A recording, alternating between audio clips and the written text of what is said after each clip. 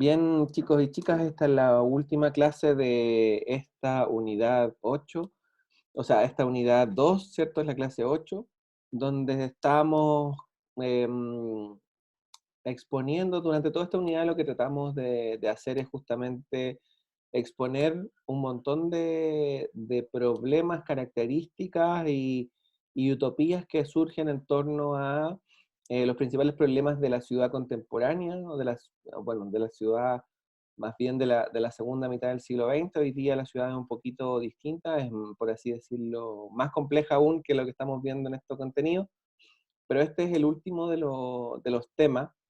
Vimos temas económicos, temas ambientales, eh, luego temas culturales, ¿cierto? Sociales, y este es el último, que también es un tema social, pero también es morfológico y tiene que ver específicamente con nuestra disciplina de la arquitectura y los estudios urbanos, que es la crisis del espacio público. Con esto cerramos, de alguna manera, o lo que se ha denominado como los pilares de la problemática de la ciudad contemporánea, ¿cierto? Y justamente lo que denominamos crisis del espacio público. Vamos a explicar por qué es crisis, en qué medida es crisis y qué es lo que está cambiando. Desde la visión de las últimas décadas también sobre este problema. Lo primero es mencionar que desde la antigüedad, desde las primeras ciudades, se considera a la ciudad como el espacio público. La ciudad es ante todo plaza, ágora, lugar para la conversación, la disputa, la elocuencia, la política, va a decir el filósofo español Ortega y Gasset, ¿cierto? La urbe, la ciudad, es espacio público.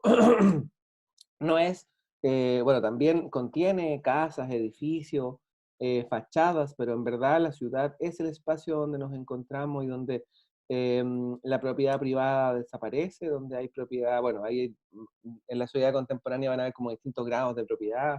Podríamos discutir como en qué medida el espacio público es realmente público, etcétera, pero realmente la ciudad es el espacio público, por eso es importante. Y eso es una cuestión que de alguna manera también se fue perdiendo durante algunas décadas como conceptualización importante del diseño urbano. Y esa es un poco la crisis que se genera en torno al espacio público. La ciudad antigua lo tenía muy claro. Revisamos ejemplos el semestre pasado, ¿cierto?, de ciudades antiguas, donde el espacio público era muy importante, era lo más importante de la ciudad. Luego en la ciudad medieval también un poco porque había lugares específicos donde se hacían ciertas cosas, como el intercambio de productos, como los mercados, que eran espacio público.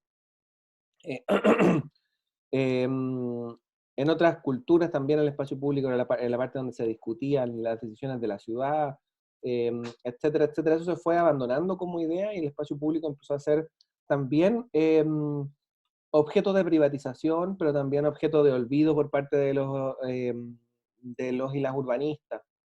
Y eso se transformó en un problema, porque finalmente si no tenemos un espacio para hacer la política se toma o las decisiones sobre la ciudad se toman en otros espacios, y eso es conflictivo. Y lo estamos viviendo hoy en Chile, cuando la política abandonó el espacio de la ciudadanía y se fue a discutir a ciertas casas de ciertos barrios. Empezó el colapso de lo que llamamos como democracia o democracia fallida, de los últimos 30 años, y eso, bueno, seguramente no la estaba escuchando permanentemente. En ese espacio, bueno, o en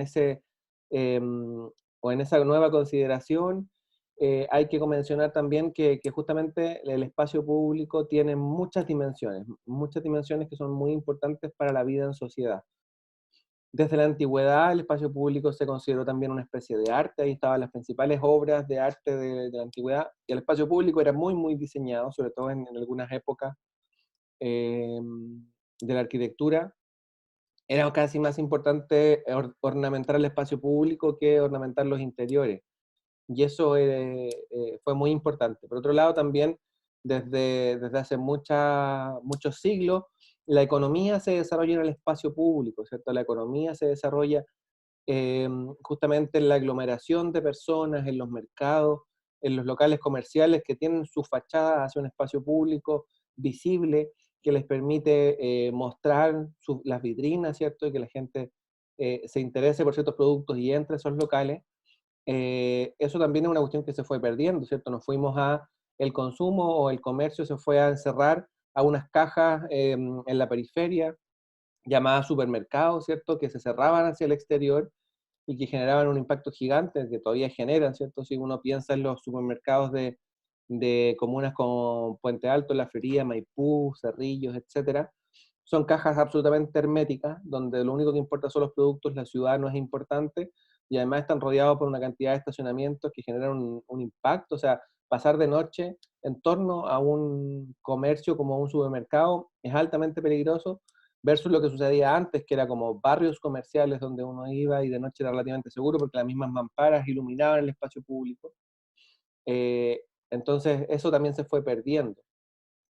Y la tercera dimensión, que ya se las comentaba antes en base a la propuesta de Ortega y Gasset sobre la ciudad y el espacio público, justamente esta posibilidad que nos entrega de expresarnos políticamente. Al ser una ciudad cerrada y donde el espacio público es poco importante, poca expresión política o la expresión política se fue desapareciendo, ¿cierto? Y eso también resulta en una especie de problema democrático em, si no hay justamente un espacio donde las personas pueden expresarse políticamente, ¿en qué medida estamos hablando de democracia? Y esa es una pregunta que también surge como importante. Respecto de eso, respecto del espacio público como política, también, bueno, em, hay otros arquitectos y urbanistas que han estado reflexionando sobre el tema, y el espacio público de alguna manera es, o ha sido conceptualizado como parte importante de lo que nosotros consideramos de nosotros consideramos lo que es la ciudadanía. La ciudadanía implica la posibilidad, o debería implicar por lo menos la posibilidad, de expresarnos en un espacio público y visible. Y es en ese espacio y es por lo tanto que ese espacio público va a ser disputado, y donde en ese espacio público van a ser impuestas ciertas ideas dominantes, ¿cierto? Ahí vemos una fotografía del último año en Chile, que podría ser casi de cualquier mes del último año, donde vemos justamente un Estado que trata de imponer su verdad y su hegemonía sobre qué se debe y qué no se debe hacer en el espacio público, y ahí hay personas también que están tratando de instalar que ese espacio público debería ser considerado otra cosa. Lo mismo, esto tiene mucho que ver con la discusión sobre, por ejemplo, cuál es el nombre de cierta plaza, ¿cierto? Si el nombre de la plaza la pone el ejército y la institucionalidad del Estado, como Plaza Baquedano, o la plaza como un espacio público y ciudadano debería tener el nombre que la ciudadanía quiere que tenga. Entonces, la lucha por el espacio público es muy importante. Una ciudad o un lugar, una ciudad donde el espacio público esté dominado por el Estado, es una ciudad seguramente pseudo dictatorial o importantemente represiva. Entonces, el espacio público como espacio donde se justifican y se legitiman ciertas posiciones, ciertas visiones políticas, ha sido como muy importante en términos de conceptualización, pero también de práctica del urbanismo. Y ahí está también, por ejemplo, toda la discusión relacionada con cuán legal es que haya comerciantes ambulantes. Si el espacio público es el espacio de todos y de todas, el espacio público es el espacio donde podemos hacer las actividades que tienen que ver con la vida pública. ¿En qué medida se pueden colocar reglas o se puede decir desde un solo actor o agente del espacio público qué es lo legal y qué no es legal, o qué es deseable y qué no es deseable? Y esa lucha va a ser era muy importante en el desarrollo de la ciudad y se fue perdiendo en el tiempo, pero estamos hoy día en una crisis justamente porque la idea de crisis tiene que ver justamente con un momento en que ese orden o esa postura comienza a dejar de ser legítima. También revisamos ejemplos como el proyecto de Haussmann para París, ¿cierto? Este espacio público impoluto, este espacio público para el comercio de élite, como son los Campos Elíseos, que pasó por encima de los barrios populares del centro de París. Se legitimaron, ¿cierto? Se justificaron a través de la violencia, pero con el tiempo han sido también como sujeto de puesta en disputa de este espacio y nuevas conceptualizaciones que dicen como, esto, ¿por qué es así? Porque el Estado lo dice, bueno, el Estado en verdad también debería ser como una cuestión que construimos entre todos, y por lo tanto esto debería estar en discusión, y no puede ser que el espacio público sea como ciertas personas o como muy pocas personas quieren que sea. Ese es el momento de crisis en el que nos encontramos hoy fuertemente, ¿cierto? Cuando muchas personas, estoy hablando de Chile específicamente, muchas personas deciden que es momento de manifestarse en el espacio público y el Estado cree que ese espacio público debería estar vacío y saca a los militares a la calle a controlarlo.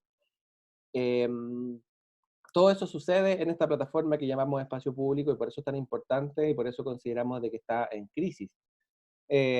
Tanto por esto como por otras cuestiones, ¿cierto? La cuestión política. ¿Y por qué entra en crisis? Y en cierta medida voy a nombrar algunos de estos elementos que nos permiten como reflexionar en torno a qué fue pasando con la concepción de espacio público. Lo primero es el impacto del proyecto moderno y de la arquitectura modernista, ¿cierto? Que planteaba que el espacio público debería ser muy amplio y debería ser casi todo.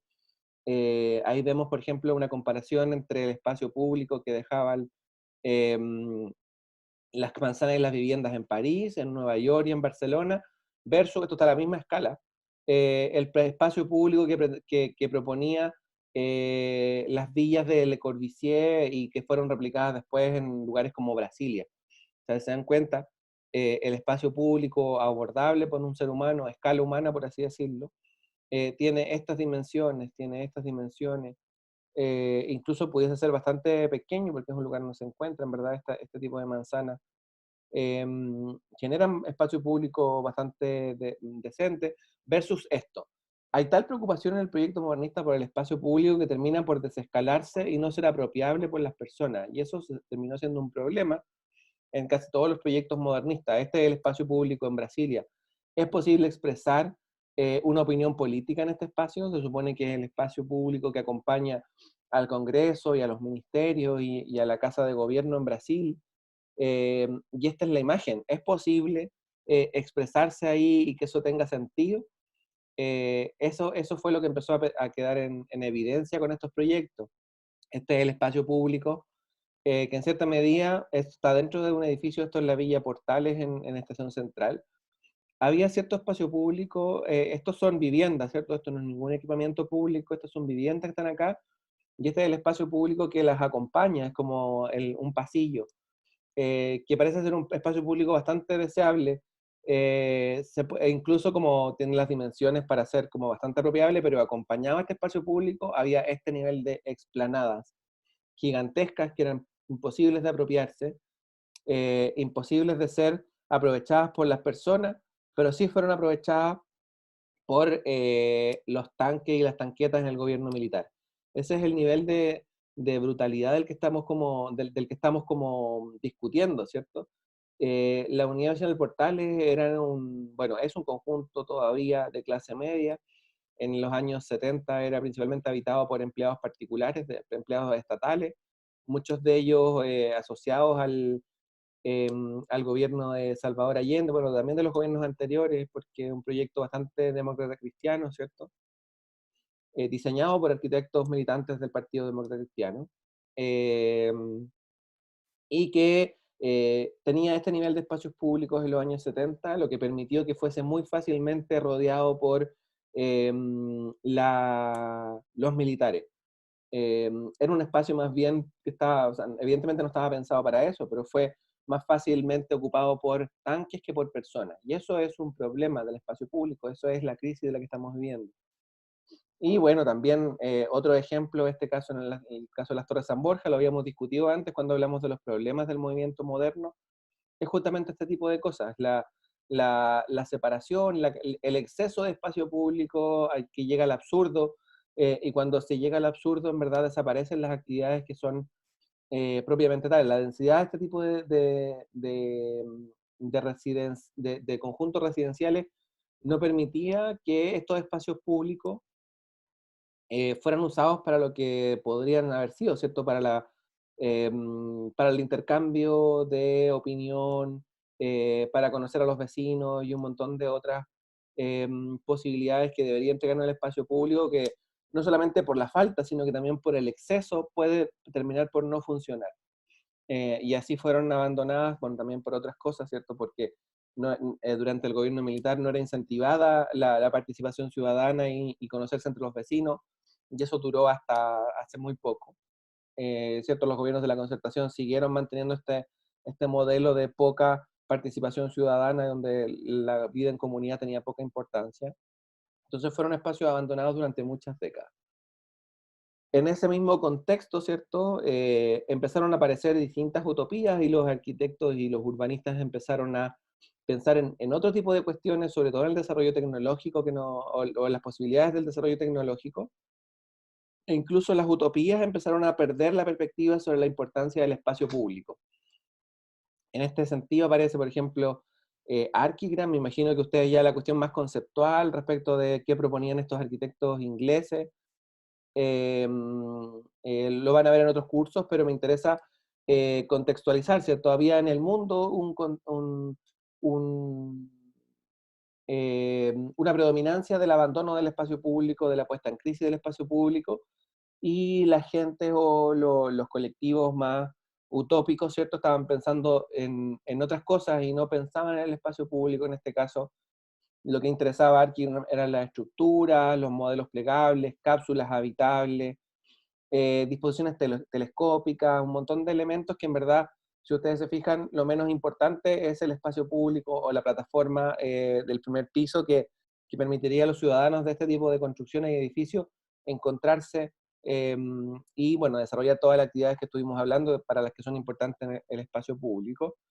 Y eso ya llega como a un extremo cuando se plantea la idea de walking city, ¿cierto? Una ciudad caminante, no caminable, sino que caminante, ¿cierto? Donde esta ciudad puede moverse por terrenos disímiles, puede incluso caminar por sobre los vestigios de las ciudades destruidas. Estos arquitectos pensaban que podía haber una tercera guerra mundial, son arquitectos de los años 60, 70, vivieron cuando niños la Segunda Guerra Mundial. Ellos decían como, es muy probable que llegue una tercera y que la ciudad sea destruida, el soporte de la ciudad y su espacio público no es importante, tenemos la factibilidad técnica de construir ciudades que caminen y que se puedan ir moviendo. Y ahí vemos también cómo, en verdad, en la cabeza de los utopistas, por así decirlo, no está la idea de el espacio público como algo importante. Es algo evitable, es algo que no es necesario y que hay distintas soluciones que permiten como saltarse esa necesidad del humano de establecer relaciones de tipo comercial, políticas y todo lo que estuvimos hablando. Ese mismo, bueno, comentar también que evidentemente este tipo de modelo, el- tanto el modernista como sus versiones en Latinoamérica, como las utopías móviles, son parte del modelo más bien europeo, porque en Estados Unidos las ciudades habían tendido hacia otro modelo completamente distinto, pero al mismo tiempo como con el mismo impacto sobre el espacio público, el mismo impacto negativo. El modelo norteamericano de crecimiento de las ciudades fue principalmente a través de un modelo de carretera y sprawl. Sprawl es como se le llama al suburbio disperso, a los condominios cerrados en la periferia que son conectados a los trabajos o a las áreas centrales de las ciudades a través de carreteras. Esta es una imagen, por ejemplo, de California, que justamente es cómo son estos espacios. Evidentemente, si uno mira esta imagen, uno se pregunta inmediatamente como dónde está el espacio público. Básicamente no hay espacio público, lo que hay es espacios que conectan los suburbios dispersos, los condominios cerrados con las áreas centrales que son espacios de trabajo y lo conectan a través de un aparato que se llama automóvil.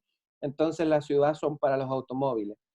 Eso también es una de las cosas a las que Jane Jacobs se opone fuertemente, ¿cierto? Dice como, este modelo amparado también en las empresas que desarrollan o que construyen automóviles, ¿cierto? Que son muy importantes en Estados Unidos, hay ciudades completas que solo se dedican a construir automóviles. Este modelo es antiurbano, Eh, pero bueno, así se construyó ciudad durante mucho tiempo y en muchas partes, no solamente en California, en la mayoría de los estados las ciudades son de este tipo. Bueno, y se acompañan como con la visión que tenemos un poco más al costado derecho, ¿cierto? De una carretera que te conecta directamente con tu condominio cerrado, donde tampoco hay mucho espacio público. Hay el espacio, pero en verdad lo principal son las viviendas ahí. Cada persona o cada familia tiene su propio espacio en los patios. Y en general en este tipo de condominios tampoco hay mucho espacio donde los vecinos compartan. Entonces, esa es otra forma a la norteamericana, por así decirlo, de destruir el espacio público. Y bueno, también este tipo de carretera, y eso también es más presente en el modelo chileno que en el norteamericano, pero también en el norteamericano, no solamente te conectan con suburbio disperso rico, también te pueden conectar con tu suburbio disperso pobre, ¿cierto? El nivel de segregación de estas ciudades fue cada vez más importante, y también cómo se generaban sectores de alta riqueza, también se generan sectores de alta pobreza, donde el espacio público tampoco es de la mejor calidad. Entonces, justamente es esa la condición del modelo norteamericano. En Chile en específico, durante las primeras décadas bueno, entre los 90 principalmente, los 80 y los 90, este fue el modelo, ¿cierto? Construimos muchas carreteras y barrios periféricos, tanto para ricos en el sector oriente como para pobres en todo el sector sur poniente. Y que principalmente eran conectados a través de un transporte público muy malo, que después fue mejorado un poco, pero tampoco tanto con el modelo del Transantiago. Pero también mucho automóvil privado. ¿No? En la clase media y en las clases bajas en Chile son propietarias de automóviles, así como el modelo norteamericano lo proponía. Entonces vemos aquí también como otra parte de la crisis del espacio público, que es muy patente y que es muy presente hasta la actualidad.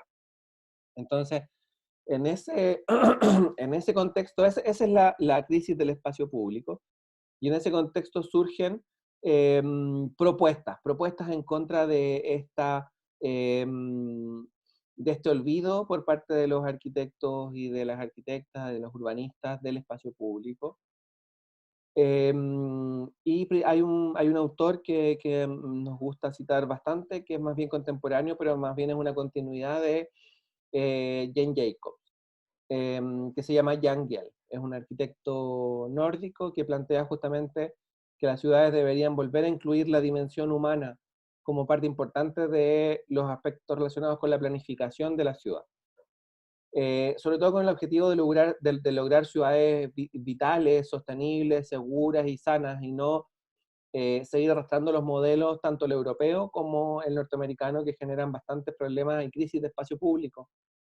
Evidentemente, eh, denunciando el descuido y el haber ignorado justamente el espacio público por parte del movimiento moderno, pero también de la vida urbana que se ha perdido, ¿cierto?, durante todas estas décadas donde el espacio público ha sido olvidado y donde los automóviles privados son parte intrínseca del desarrollo de la ciudad.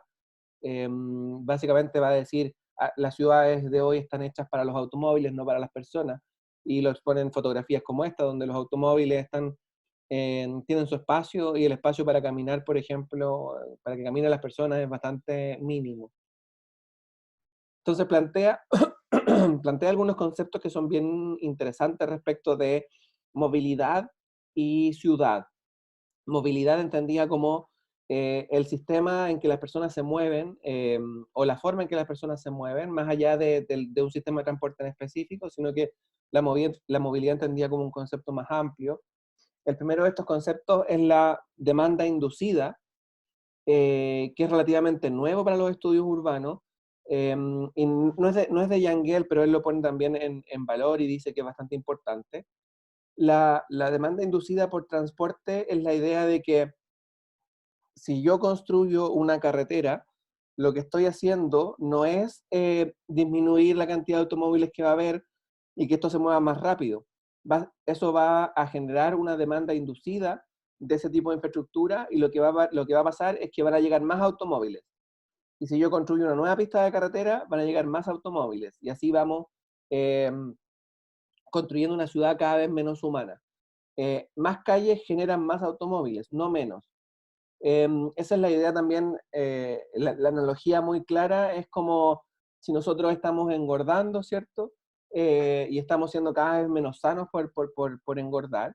En vez de hacer ejercicio y en vez de comer más sano, lo que hacemos es hacerle más hoyos al cinturón, ¿cierto? Construir carretera en las ciudades contemporáneas no es disminuir la cantidad de autos, sino que todo lo contrario, es permitir que en el corto plazo lleguen muchos más autos. Y eso es bastante insano. Em, entonces, es como una cuestión como casi un círculo vicioso. Construyo una nueva carretera, llegan más autos, si llegan más autos, eso significa que tengo que construir otra carretera y esa otra carretera me va a decir como, bueno, entonces tienen que llegar más autos. Eso se llama demanda inducida y no había sido conceptualizada hasta este momento, hasta las últimas décadas. ¿Cierto? Me imagino que ustedes, como son más jóvenes, no lo vieron tanto, pero también seguramente cuando niños veían cómo se construían y se construían carreteras, y lo único importante parecía construir carretera. Esa es una tendencia que ha tendido a disminuir los últimos años. Em, Otro concepto clave que coloca Jan Gehl, que no es, de nuevo, no es solo de él, pero él como que lo conceptualiza y se ha vuelto como el teórico más importante sobre este tipo de cosas, es la importancia de las personas. La ciudad debería volver a ser un lugar de encuentro, la ciudad debería ser atractiva, el espacio público debería ser un lugar democrático, la ciudad es expresión de la diversidad, esa idea de diversidad también es nueva, recuerden que el modelo, sobre todo el modernista, era bastante homogeneizador, ¿cierto? Quería que todas las ciudades fuesen relativamente similares, el modelo universal de arquitectura, etcétera. El posmodernismo trajo la diversidad y la diversidad no se plasmó en las ciudades hasta que el modernismo de alguna, o el posmodernismo de alguna manera triunfó en términos culturales, ¿cierto? Que no fue hace mucho. Caminar es la esencia de la vida urbana, entonces deberíamos hacer ciudades preferentemente caminables y no para el automóvil. Esas son otras ideas importantes. Y la última tiene que ver con la escala y los sentidos. Esto de nuevo también es muy es como una versión nueva, no es nueva, sino que es una masterización, por así decirlo, de las ideas de Jane Jacobs que están expuestas en el texto que acompaña esta clase, que se llama Las aceras, del libro Vida y muerte de las grandes ciudades americanas, que justamente habla de dos conceptos importantes, la escala y los sentidos. La escala, no, en verdad, vamos a partir por el otro concepto. Los sentidos son muy importantes para la vida urbana y la generación de vida de una ciudad vital, porque los sentidos generan ciertas sensaciones y emociones, y esos son elementos que nosotros debemos integrar como variables de la planificación urbana, porque si no, estamos diseñando ciudades para automóviles o estamos diseñando ciudades para las máquinas. Si hacemos ciudades para las personas, debemos pensar en cómo sienten las personas y cuáles son las emociones que se desencadenan para las personas en función de tal o cual forma urbana. Y el segundo, que este sí tiene mucho más que ver con Jane Jacobs, es la esencia del control del espacio está justamente en la posibilidad que tenemos de observar ciertos lugares. Entonces aquí Jan Gehl, estas son fotografías y dibujos de Jan Gehl, va a decir como, bueno, desde el primer piso evidentemente hay una posibilidad de reconocer a las personas, ¿cierto? Las vemos ahí, sabemos quiénes son. Desde un quinto piso también podemos reconocer sus caras y también podemos saber quiénes son, y eso significa que podemos controlar de alguna manera el espacio público, pero del quinto piso en adelante hay un umbral donde básicamente no podemos saber qué es lo que está pasando en la ciudad, por nuestra capacidad visual nada más. Esta es una idea que Jan Gehl trae de Jane Jacobs, que plantea justamente que las ciudades no deberían tener más de 5 o 6 pisos, que es la altura perfecta o la altura que nos permite, la altura máxima que nos permite tener control sobre un espacio público. Más altura que eso podría generar problemas de descontrol. No control en el sentido de represión, sino que control en el sentido de que el espacio público sea un espacio para la comunidad y donde la comunidad se conozca y se encuentre. Ese es justamente alguno de los conceptos que traen a colación este tipo de autores y que hablan de espacio público y que se han vuelto cada vez más importantes en la ciudad contemporánea. Em, Ahora abrimos la palabra por si hay dudas sobre los conceptos que se han expuesto, si hay preguntas o comentarios. Em, Así que queda abierta la palabra.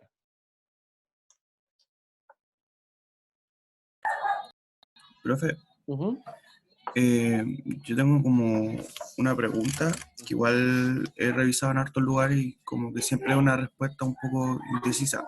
ujú, ¿Cómo se puede eliminar el automóvil siendo que ya estamos en una etapa donde el automóvil es fundamental para las personas, podría decirse? Y esto se debe un poco porque el transporte público es deficiente y porque en sí la ciudad ya está construida para el automóvil. ¿Cómo se puede eh, reintegrar, que la persona vuelva a ser la dominante en la ciudad? ujú. Es una excelente pregunta porque es parte importante de las preguntas que se están haciendo los urbanistas y las urbanistas contemporáneas. Cómo, a ver, el diseño urbano, la planificación urbana, tiene bastante de propuesta, de proposición, más que de imposición. Es muy rara la planificación urbana contemporánea, sobre todo en Occidente, que sea como de imponer, ¿cierto? Como de prohibir el auto de aquí en adelante. No obstante, en esta nueva condición de la planificación entendida como una propuesta, yo creo que parte importante es una cuestión cultural que está entrando de manera fuerte, pero lenta. Una cuestión cultural relacionada con justamente estos temas, ¿cierto? La importancia del espacio público para las personas. Y hay una tendencia mundial que va en aumento para que propone justamente el uso de los modos de transporte no motorizados, ¿cierto? La bicicleta, caminar, etcétera. Muchas propuestas en torno a eso. De hecho, la última semana se estaba discutiendo el concepto de la ciudad de los 15 minutos, que sea una ciudad que tenga los servicios a menos de 15 minutos caminando de cualquier casa o de cualquier lugar residencial, y eso permitiría como disminuir los viajes en automóvil, absolutamente necesario. Eh, entonces, yo creo que las propuestas vendrían más bien desde el punto de vista de los incentivos. Y lo que dices tú es muy cierto. O sea, si mejoramos el transporte público, si el transporte público en las ciudades se transforma en una cuestión digna, barata, en términos de costo, pero también en términos de costo del tiempo, ¿cierto? Hay una cuestión relacionada con el costo del tiempo que es importante. Y tú eso le pones incentivo a ese modelo de transporte público, seguramente hay mucha gente que va a dejar el auto en la casa y va a tomar una micro. Pero para eso tiene que ser, el transporte público tiene que ser atractivo, tiene que ser cómodo, tiene que ser rápido, ¿cierto? Como en esos tres conceptos. Entonces, por ejemplo, la idea de carril separado para el transporte público fue muy importante. En Chile se implementó el Transantiago el año 2006 y no estaban construidos esos carriles solamente para buses del transporte público. Entonces, básicamente, las micros estaban en el mismo taco que los autos. Eso lo hacía muy poco. Y además, no solamente está ahí en el taco, sino que también hay que pararle cada cierta cantidad de cuadras a que la gente se pueda subir. Y eso hacía que las micros se demoraran el doble o el triple que los automóviles.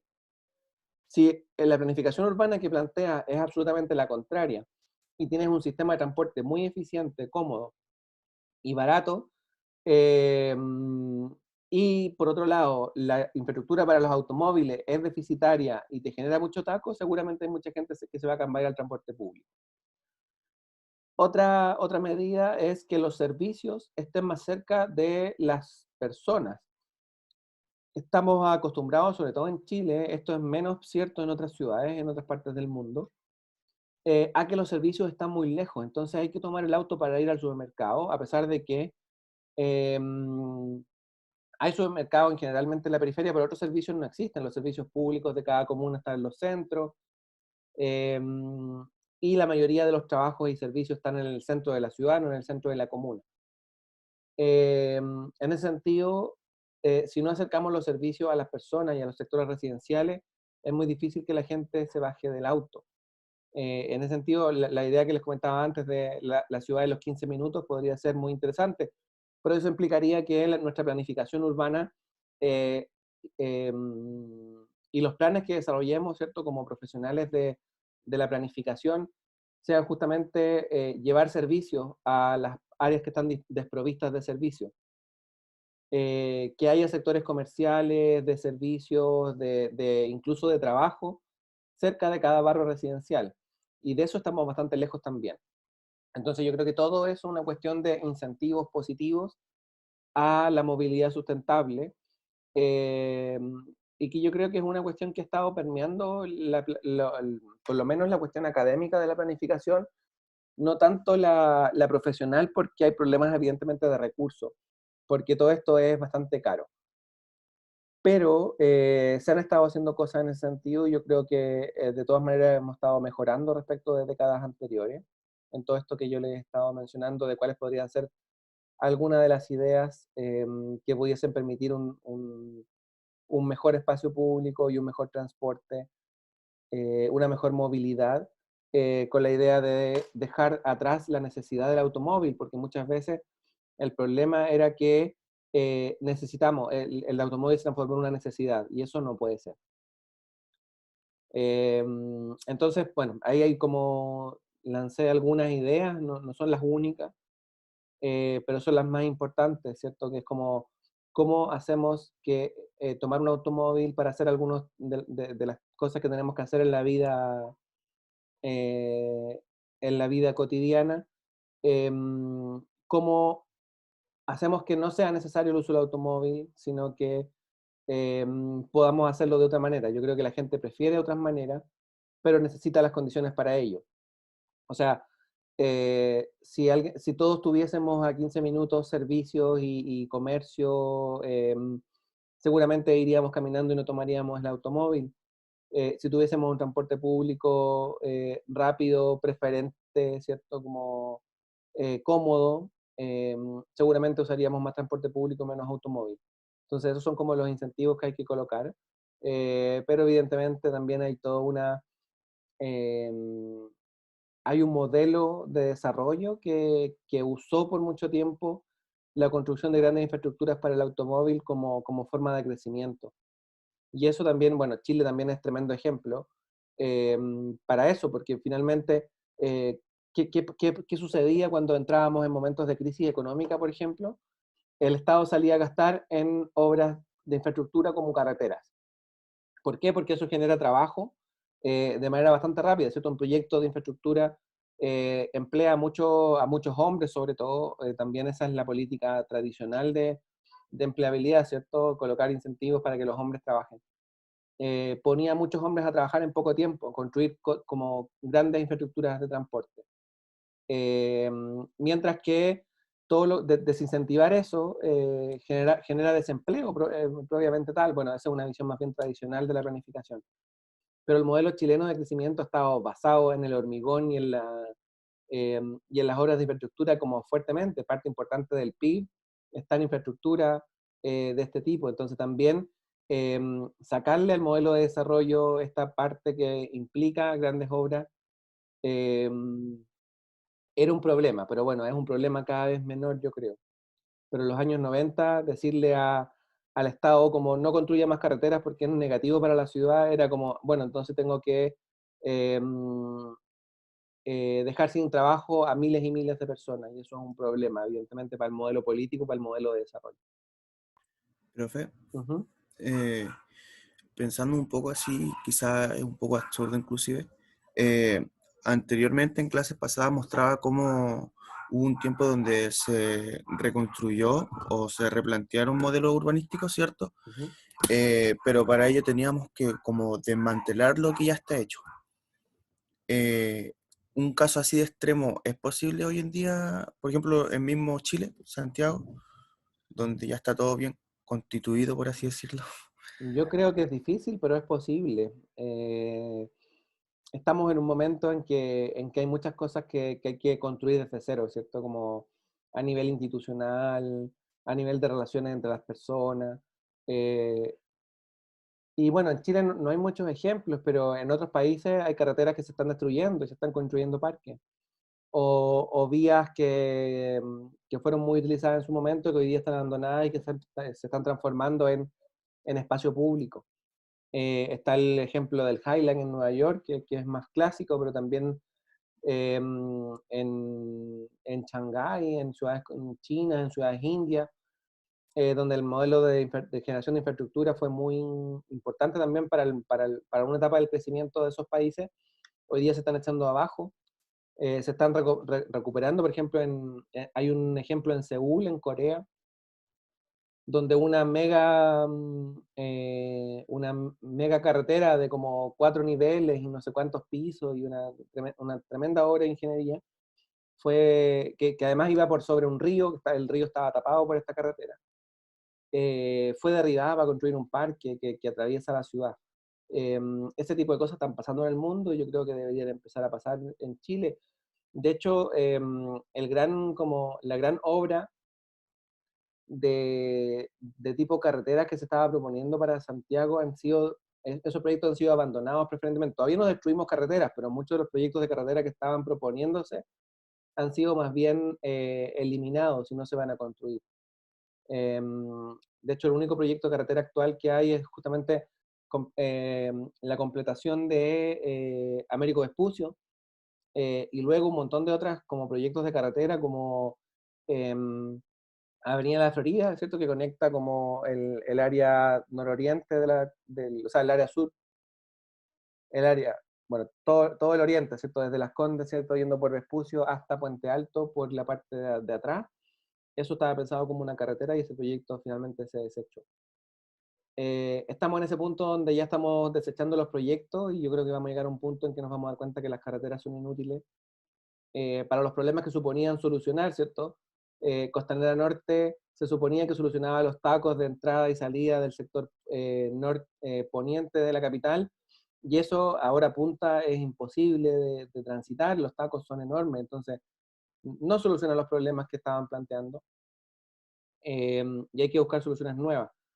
Yo espero que algún día se derribe alguna obra de infraestructura de ese tipo, que además permita como soñar en que, en que en el futuro no van a ser necesarias y que vamos a tener otra forma de movernos, que no es el automóvil. Yo creo que hacia allá vamos. Si me preguntan a mí cuál es mi utopía, en cierta medida mis utopías no incluyen automóviles.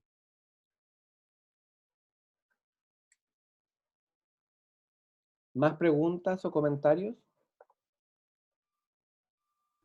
Yo quería hacer un comentario Ujú. respecto a lo que estábamos viendo en la diapositiva anterior, cuando habla sobre el espacio público como un lugar democrático.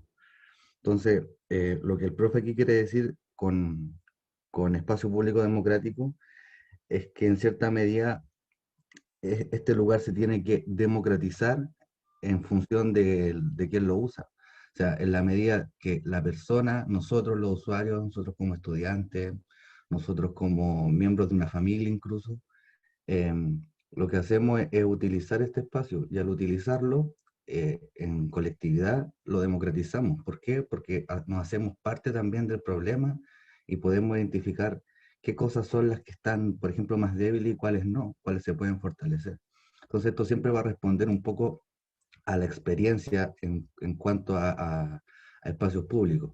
Por lo mismo, lo que ocurre generalmente es que la gama de espacios públicos que se nos ofrece no cumple de repente con los requerimientos culturales, vamos a decir, o espaciales que a nosotros nos interesan. Entonces, un poco a la reflexión que los invito es que esta democratización de los espacios públicos tiene que ver primero con cómo los usamos nosotros, cómo nos hacemos parte y cómo los repensamos también para poder utilizarlo y que no solamente respondan a criterios eh, que tengan que ver con la estructura de cómo funciona la economía o de cómo funcionan las políticas públicas.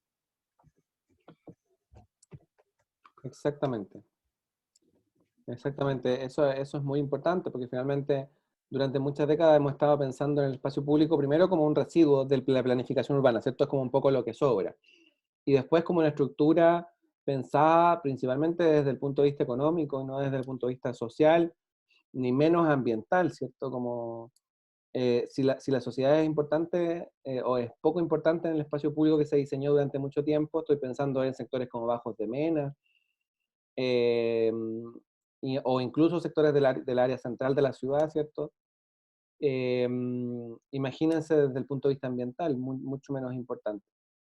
La economía fue como la principal diseñadora de espacio público durante mucho tiempo, y como, no es, como el espacio público no es rentable económicamente, evidentemente no había ningún tipo de preocupación por él. Democratizar el espacio público es importante, y adecuarlo a lo que dice Roberto es muy cierto, adecuarlo a la cuestión cultural, porque no todas las personas o no todos los países, ciudades, culturas son exactamente iguales. Y muchas veces también lo otro que se ha hecho mucho es como tratar de imitar espacios públicos de otros lugares que no consideran nuestra cultura, o nuestra forma de hacer las cosas, nuestra forma de entender lo que es correcto o lo que es incorrecto. Se traen normas de otros lados y se aplican como si fuese esto exactamente lo mismo que otro lugar del mundo, y eso no es así. Eh, Democratizar el espacio público es parte importante de comprender también, o de reencontrarnos en el espacio público y de volver a comprender a este espacio como un espacio que es de la comunidad, que es un común, em, y que no debe ser entendido desde lo privado solamente. Bien, vamos a dejar la clase hasta acá y vamos a comenzar con las correcciones.